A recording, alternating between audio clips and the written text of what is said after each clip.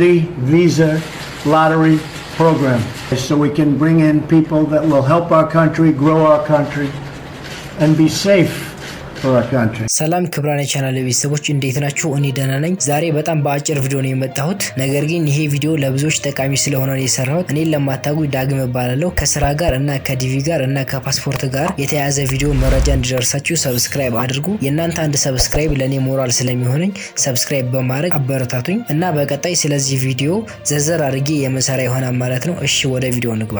እሺ ውድ ተመልካቾች ዛሬ ስለ ዲቪ ሎተሪ አዳዲስ መረጃና ለውጦችን እንመለከታለን። በቅርቡ የተደረጉ ለውጦች ብዙዎችን አስደንግጠዋል እና ብዙ ጥያቄ ፈጥረዋል።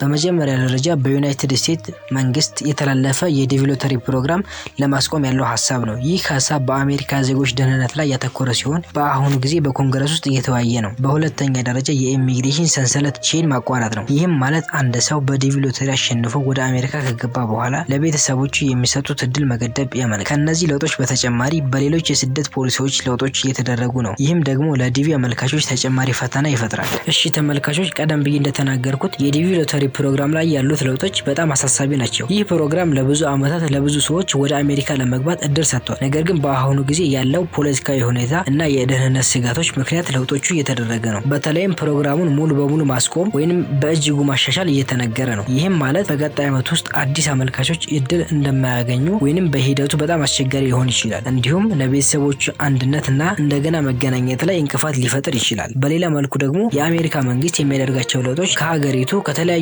አደጋዎች ለመጠበቅ እንደሆነ ይነገራል። ይህም እውነት ሊሆን ይችላል። ነገር ግን በተመሳሳይ መልኩ የብዙ ሰዎችን ህይወት አደጋ ላይ ሊጥል ይችላል። በመጨረሻም አሁን ያለው ሁኔታ እንደተለወጠ ወይንም እንደተቀየረ በቀጣይ ቪዲዮ የምናሳውቅ ይሆናል። በቀጣይ የምንለቀው ቪዲዮ እንዲደርሳችሁ ሰብስክራይብ፣ ላይክ በማድረግ ለብዙዎች እንዲደርሱ አድርጉ። ሰብስክራይብ ያላደረጋችሁ ሰብስክራይብ በማድረግ ቤተሰብ